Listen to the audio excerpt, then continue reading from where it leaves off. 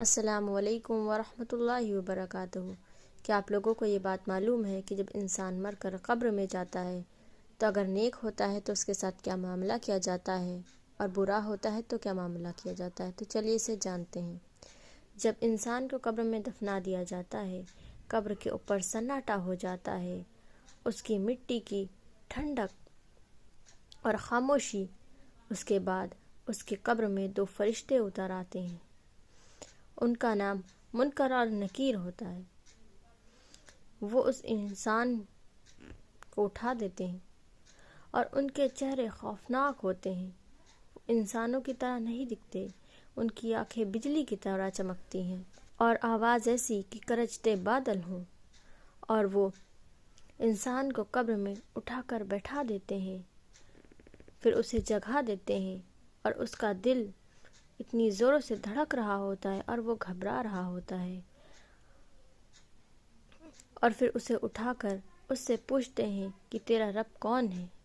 اگر تم مومن ہو، سچے ایمان والے ہو تو تم جواب دو گے کہ میرا رب اللہ ہے، اور پھر وہ اس سے سوال کرتے ہیں کہ تیرا دین کیا ہے، تیری زندگی کا راستہ کیا ہے؟ اگر تم سچے ہوگے تو تم کہو گے کہ میرا دین اسلام ہے۔ پھر وہ کہیں گے اور اس شخص کے بارے میں تمہارا کیا کہنا ہے جو تمہارے پاس بھیجا گیا تھا؟ وہ اگر ایمان والا ہوتا ہے تو وہ کہتا ہے کہ وہ اللہ کے رسول محمد صلی اللہ علیہ وسلم ہے،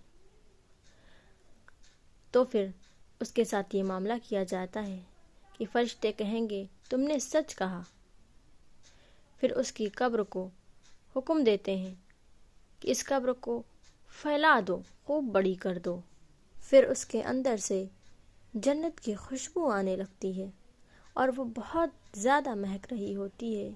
اس کو جنت کے نظارے دکھائے جاتے ہیں اور اس کی قبر کو سکون میں ڈال دیا جاتا ہے۔ لیکن اگر انسان نے زندگی گناہ گاری میں گزاری ہوتی ہے تو اللہ کو بھلا کر بنا ایمان کی فکر کے صرف اس کے دل میں دنیا ہی کی محبت ہوتی ہے، نہ کہ اللہ کی، اور فرشتے آتے ہیں، اسے بیٹھاتے ہیں اور اس سے سوال کرتے ہیں۔ پہلے وہ پوچھتے ہیں کہ تیرا رب کون ہے؟ وہ گھبرا کر کہے گا کہ مجھے پتہ ہی نہیں۔ پھر اس سے پوچھا جائے گا تمہارا مذہب کیا ہے؟ تو وہ کہے گا کہ مجھے نہیں معلوم۔ پھر اس سے کہا جائے گا تمہارا اس شخص کے بارے میں کیا کہنا ہے جسے تمہاری طرف بھیجا گیا تھا؟ تو پھر وہ یہ بات کہے گا کہ مجھے نہیں معلوم، مجھے اس کے بارے میں